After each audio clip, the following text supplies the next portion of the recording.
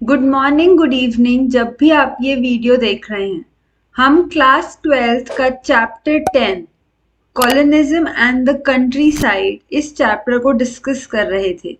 इस चैप्टर में हमने काफ़ी सारे एस्पेक्ट्स ऑलरेडी डिस्कस कर लिए थे और लास्ट हेडिंग जो हमने डिस्कस की थी वो थी द हो एंड द प्लो। तो इस पूरे हेडिंग के एंड में हमने इसका कंक्लूजन समझा था कि आखिर इस हेडिंग का मतलब था क्या। तो एक बार मैं इस पॉइंट को फिर से रिवाइज करवा रही हूँ क्योंकि आगे अब सारे पार्ट में इसका रिलेशन तो होने ही वाला है।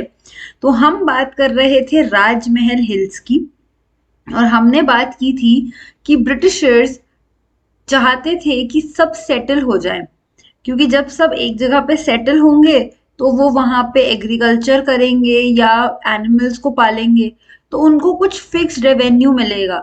अब कोई ऐसा है जो वन प्लेस से दूसरी प्लेस पे जाता रहता है, तो आप उससे कैसे कोई रेवेन्यू मांग सकते हो? वो आपको कभी भी रेवेन्यू नहीं देगा। तो इसमें हमने राजमहल हिल्स की बात करनी शुरू की थी और एक ट्रैवलर बुचन ने बताया था। तो फिर यहाँ पे एक जो ट्राइब के बारे में हमें पता चला था वो थी पहाड़ियाज। पहाड़ियाज बेसिकली वो लोग थे जिनका एक चीफ होता था। जो भी फॉरेस्ट से प्रोड्यूस होता था वो उसको खाया करते थे। कभी कभी वो जो लैंड पे एरिया होता था वहां पे अटैक किया करते थे और वहां का प्रोड्यूस लिया करते थे, क्योंकि इनके फॉरेस्ट में विंटर सीजन में जैसे ज्यादा कुछ नहीं इनको मिल रहा खाने को, तो उस केस में तो ये एक ट्राइब रहा करती थी। तो ये कहीं कहीं पे शिफ्टिंग एग्रीकल्चर प्रैक्टिस करते थे। मतलब क्या है उसका कि एक लैंड पे कुछ टाइम के लिए कुछ प्रोड्यूस किया, फिर वहां को बर्न कर दिया, फिर दूसरी जगह पे चले गए। ऐसे करके ये लोग प्रैक्टिस किया करते थे। तो ये लोग उसके लिए हो टूल यूज किया करते थे। अब धीरे धीरे ब्रिटिशर्स ने इन लोगों को मारना शुरू कर दिया। ब्रूटल पॉलिसी शुरू कर दी इनको मारने की। और एक दूसरी कम्युनिटी उभर के आई, वो थी संथल कम्युनिटी। अब संथल कम्युनिटी पहाड़िया कम्युनिटी से अलग थी। कैसे अलग थी? क्योंकि ये जो थे ये फॉरेस्ट में अभी भी सेटल नहीं होना चाहते थे, लेकिन संथल जो थे ये अब परमानेंटली सेटल हो गए थे। तो इनका जो टूल था वो था हो, और जो इनका था वो था प्लो। तो वो जो प्लो एंड हो की हेडिंग थी वो यहां से शुरू हुई थी।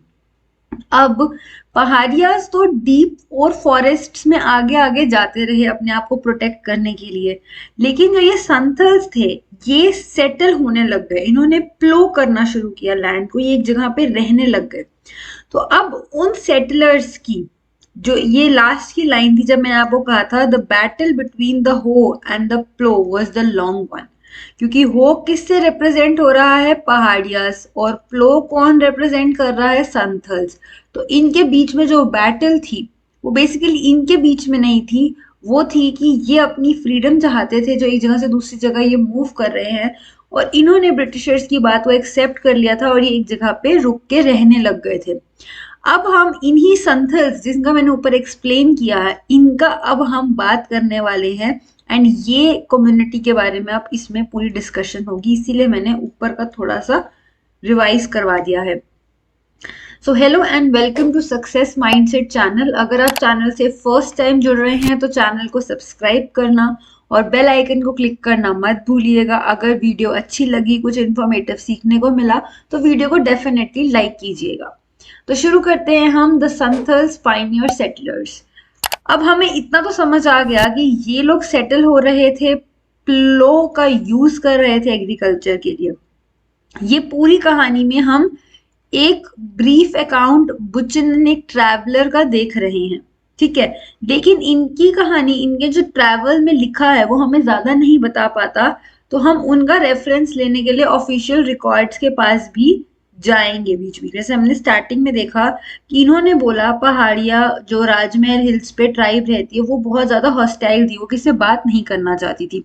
इन्होंने तो बस यही लिखा, लेकिन हिस्टोरियंस ने पीछे जाके ऑफिशियल रिकॉर्ड्स में देखा तो उनको पता चला कि कैसे ब्रिटिशर्स इनको मार रहे थे ब्रूटली। तो इसीलिए ये लोग किसी भी वाइट ब्रिटिश को देख के डरते थे कि कहीं ये इनको मारने तो नहीं आए हैं, पता नहीं अब इनकी क्या पॉलिसी होगी। तो ये बातें हमें ऑफिशियल रिकॉर्ड से पता चली।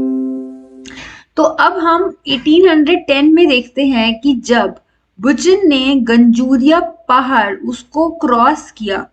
ये भी राजमहल रेंज का क्या मतलब होता है, एक सीरीज ऑफ बहुत सारे पहाड़, ठीक है। उनमें से एक रेंज का एक एरिया था गंजूरिया पहाड़। उनको जब वो क्रॉस कर रहे थे और वहां पे वो एक विलेज में पहुंचे, वो एक बहुत पुरानी विलेज थी, बट जो लैंड था वो बहुत रिसेंटली क्लियर किया गया था, कि मतलब वहां पे पहाड़ होंगे, लैंड रिसेंटली क्लियर किया गया था। मतलब वहां पे उस लैंड में क्या पता पहाड़ पेड़ हो सकते हैं, या मे बी हार्वेस्ट के लिए अभी लैंड रिसेंटली क्लियर किया गया है। तो बुचन ने ये बोला कि वो एरिया प्रॉपरली ह्यूमन लेबर की एप्लीकेशन हो रही है। कहाँ पे? ये किस एरिया की बात कर रहे हैं? ये गंजूरिया पहाड़ वाले एरिया की बात की उन्होंने।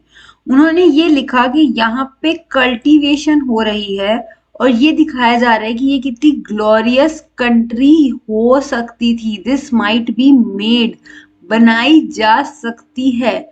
वो क्या कह रहे हैं? अभी नहीं है, लेकिन वक्त के साथ हम इसे बना सकते हैं। अब उन्होंने ये कहा कि जो सॉइल है वो रॉकी है, क्योंकि जाहिर सी बात है माउंटेनियस एरिया है, लेकिन फिर भी अनकॉमनली फाइन है। इन्होंने कहा कि यहाँ पे फाइन टोबैको और मस्टर्ड मिला, और इन्होंने डिस्कवर्ड कि जो कल्टीवेशन है ये कौन कर रहा था? संथल्स कर रहे थे। वो इस एरिया में 1800 में आए, और 1810 के एंड में बुचन यहाँ आए, यानी कि वो यहाँ पे इतने टाइम से रह रहे थे, और वो फॉरेस्ट को साफ कर रहे थे और लैंड पे रहना शुरू कर दिया था। अब क्वेश्चन ये आता है कि पहाड़िया लोग तो पहले से रह रहे थे यहाँ, लेकिन ये संथल्स कहाँ से आए? तो ये आए बंगाल वाले एरिया से 1780s में। आप ऑर्डर देखो, 1780s में ये लोग राजमहल हिल्स आए, 1800 में इन लोगों ने लैंड पे सेटल होना शुरू किया, और 1810 के एंड में बुचन ने यहाँ के रिकॉर्ड्स के बारे में लिखा है, वो यहाँ उस वक्त में आए थे। माना जाता है कि ये लोग बंगाल से आए और 1780s में इस एरिया में आए। जमींदार्स ने हायर्ड किंग को, इन संथल्स को, और उन्होंने इस लैंड को एक्सपैंड करना शुरू किया। ब्रिटिशर्स ने इनवाइट किया इन लोगों को कि आप सेटल हो जाओ, ताकि जंगल महल, ताकि ये जो एरिया है, तुम यहाँ पे सेटल होगे तो तुम इस जंगल को क्लीन करोगे, तो तुम क्लीन भी करो और यहाँ रहो भी। क्योंकि ये लोग पहाड़ियास को तो समझा नहीं पाए थे कि तुम सेटल हो, वो तो अभी भी अपनी फ्रीडम चाहते थे एक जगह से दूसरी जगह की। Transform them into settled agriculturalist, वो कर नहीं पाए थे, वो फेल हो गए थे उस चीज में। तो उन्होंने कहा ठीक है, हम पहाड़ियास को तो मना नहीं पाए, तो हम उनको मार देंगे और संथल्स को हम सेटल कर देंगे। क्योंकि पहाड़ियास ने मना कर दिया था कि हम प्लो को टच नहीं करेंगे और हम ना फॉरेस्ट को काटेंगे, क्योंकि यही हमारा जीवन है। Santhals by contrast appear to be the ideal settlers. उन लोगों ने एग्री किया कि ठीक है, हम रहेंगे, हम फॉरेस्ट को क्लीन भी करेंगे, हम प्लो भी करेंगे लैंड को। तो संथल्स को जमीन दे दी गई राजमहल हिल्स की। कब? बाय 1832। एक बहुत बड़ा एरिया को डीमार्केट किया गया एज दामिन इको। ये जगह क्या थी? ये एरिया वो था जो डिक्लेयर कर दिया गया था कि ये संथल्स का लैंड है, और वहीं रहेंगे और प्लो एग्रीकल्चर प्रैक्टिस करेंगे। तो ये लोग अब बेसिकली सेटल्ड फार्मर्स या सेटल्ड पेजेंट्स हो गए थे अब, ठीक है, अनलाइक पहाड़ियाज। और इन लोगों को लैंड ग्रांट पे दी गई थी। संथल्स जो कि 1/10 ऑफ द एरिया पे धीरे धीरे क्लियर कर रहे थे फर्स्ट 10 years में, धीरे धीरे इन्होंने बहुत बड़ा एरिया क्लियर करना शुरू कर दिया।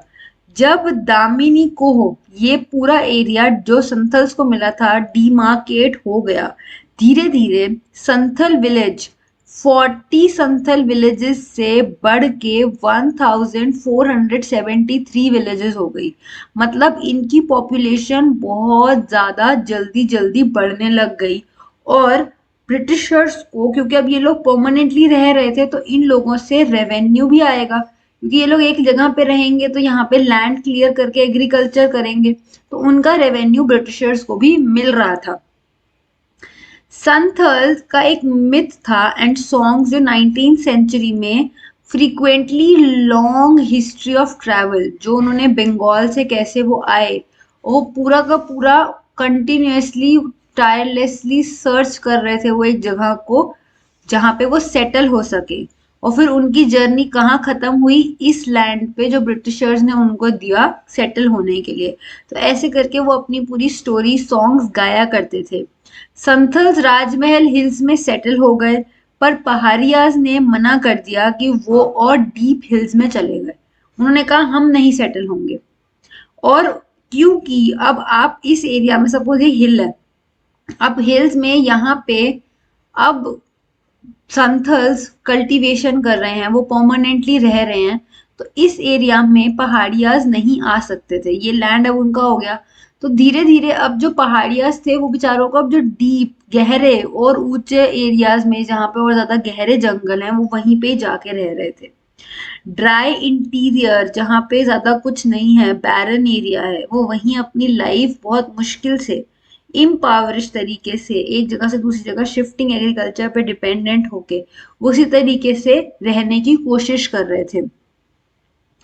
मोस्ट ऑफ द जो फर्टाइल लैंड था, क्योंकि आप जितना ज्यादा डेंस आप हाइट पे जा रहे हो या बैरन एरिया में आ रहे हो तो वहां का लैंड फर्टाइल नहीं है, तो धीरे धीरे जो फर्टाइल लैंड था वो इनएक्सेसिबल हो गया, क्योंकि वो दामिन जो कि संथल्स का पार्ट है उसका पार्ट बन गया, और पहाड़ियाज को कुछ भी अच्छी चीजों से मतलब वो कल्टीवेशन कर ही नहीं पा रहे थे। फॉरेस्ट का सारा एरिया साफ होने लग गया, तो हंटर्स को भी प्रॉब्लम होने लग गई, क्योंकि जब फॉरेस्ट नहीं है तो एनिमल्स को वो कहाँ से हंट करेंगे, तो हंटर्स को भी दिक्कत होने लग गई। और फिर धीरे धीरे Santals gave up their early life, क्योंकि पहले संतल्स भी एक जगह से दूसरी जगह ट्रैवल करते थे, लेकिन जब उनको एक लैंड मिल गया तो उन्होंने धीरे धीरे अपनी लाइफ को ट्रैवल वाली को छोड़ के एक फिक्स जगह पे सेटल होना शुरू कर दिया। लेकिन संथल्स को जल्द ही ये बात रियलाइज हुई कि जो उनको लग रहा है कि उनका लैंड है वो हकीकत में उनका है ही नहीं, उन पे टैक्स लगाया जा रहा है, मनी लेंडर्स उनके ऊपर लोन्स लगाते हैं जिन पे उनको इतना ज्यादा हाई रेट ऑफ इंटरेस्ट देना पड़ता है, उनकी सारी लैंड डेट में है, कर्जे में डूबे हैं वो लोग अनपेड, और जमींदार का सारा कंट्रोल है उनके एरिया पे। तो हकीकत में वो दामिन वाला लैंड जो उनको लग रहा था कि उनका है वो हकीकत में उनका था ही नहीं। और 1580s तक उनको संथल्स को फेल्ट हुआ कि अब हमें जमींदार के अगेंस्ट रिवोल्ट करना पड़ेगा, जो मनी लेंडर्स हैं या जो कॉलोनियल स्टेट है जो हमसे टैक्स ले रही है, हमसे इतना ज्यादा लोन पे इंटरेस्ट ले रही है, हमें उनके अगेंस्ट खड़ा होना पड़ेगा।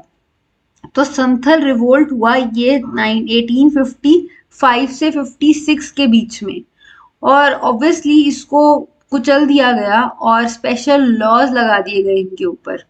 और बहुत, क्योंकि ब्रिटिशर्स के आगे ये लोग तो हार गए, लेकिन इन लोगों की भी अपनी एक स्ट्रगल शुरू हुई वहां से कि इनको एहसास हुआ कि इनको इनकी जमीन इनकी है ही नहीं। जब हम बुच्चन के अकाउंट्स देखते हैं तो उनके अकाउंट्स में हमें ये पता चलता है, पर उनके अकाउंट से हमें ये सब बातें पता चलती हैं, लेकिन जब हम रिपोर्ट ऑफिशियल रिपोर्ट्स देखते हैं जो कि ब्रिटिश ईस्ट इंडिया कंपनी ने लिखी, क्योंकि उसकी जो जर्नी थी वो सिर्फ वो बता रहे थे कि उन्होंने क्या चीजें ऐसी देखी जो उनके लिए अननोन थी। जहां जहां वो गए वहां उनके साथ एक आर्मी होती थी, सर्वे करने वाले लोग होते थे, पैल्क्यूविन मतलब कि जो पालकी में लोग कैरी करते हैं ना वो हुआ करते थे। तो the cost of the travel, जो ये सब वो ट्रैवल कर रहे थे बुच्चन, वो कौन, ब्रिटिश ईस्ट इंडिया कंपनी को वो सारा खर्चा देना होता था, क्योंकि वो सारी इंफॉर्मेशन वो उनके लिए ही कलेक्ट कर रहे थे।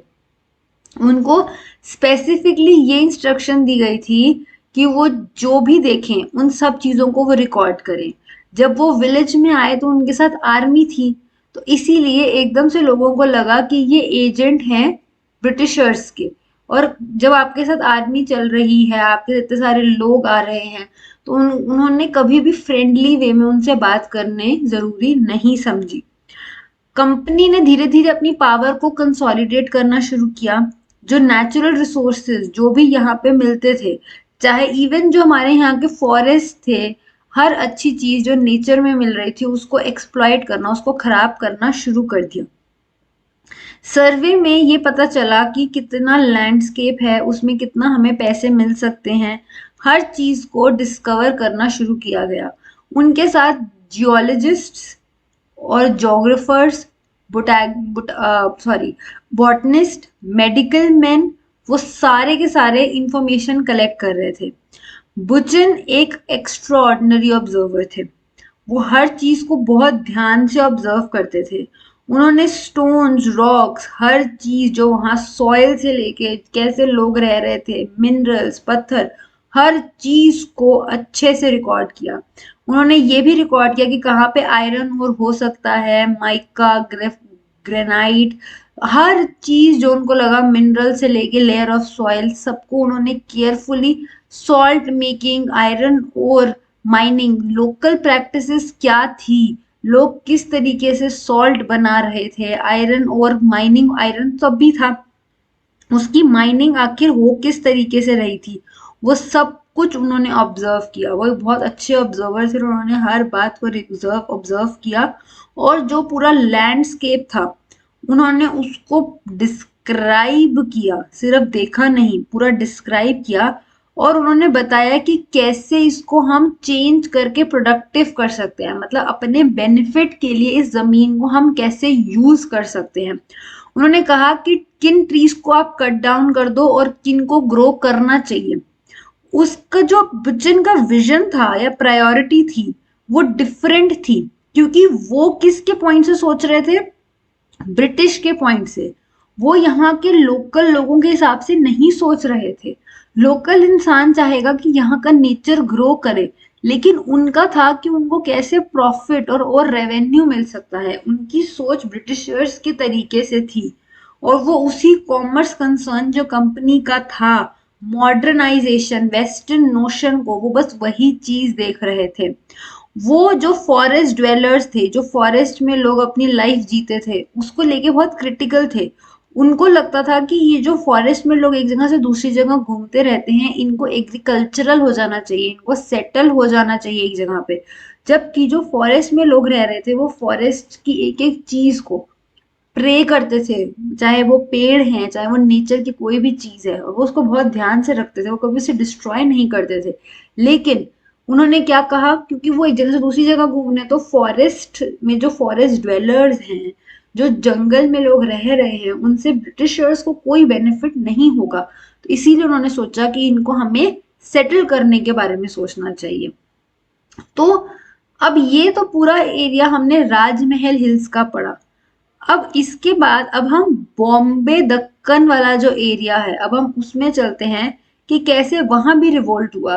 ब्रिटिशर्स की पॉलिसीज बहुत ज्यादा हार्श थी और अगेंस्ट थी जो यहाँ के लोकल लोग थे। तो जहां भी पॉलिसी शुरू हुई, शायद शुरुआत में कुछ लोगों को लगा कि इनसे हमें भी कोई बेनिफिट होगा, लेकिन अल्टीमेटली स्टार्टिंग फ्रॉम द जमींदार से लेके पेजेंट्स तक सब ही ब्रिटिशर्स से ना खुश थे। जमींदार की पावर जा रही थी, तो पेजेंट्स के ऊपर ना जाने कितना टैक्स और रेवेन्यू उनको देना पड़ रहा था। तो अब हम बॉम्बे दक्कन वाला एरिया इस थर्ड सब हेडिंग में पढ़ेंगे, लेकिन वो हम अगली वीडियो में डिस्कस करेंगे।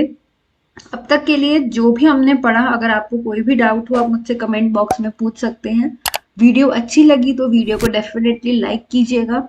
अगर चैनल से फर्स्ट टाइम जुड़ रहे हैं तो चैनल को सब्सक्राइब कीजिएगा और बेल आइकन को जरूर क्लिक कर लीजिएगा। थैंक यू सो मच आपके सपोर्ट के लिए। मिलती हूँ मैं अगली वीडियो में, तब तक के लिए keep learning and keep growing.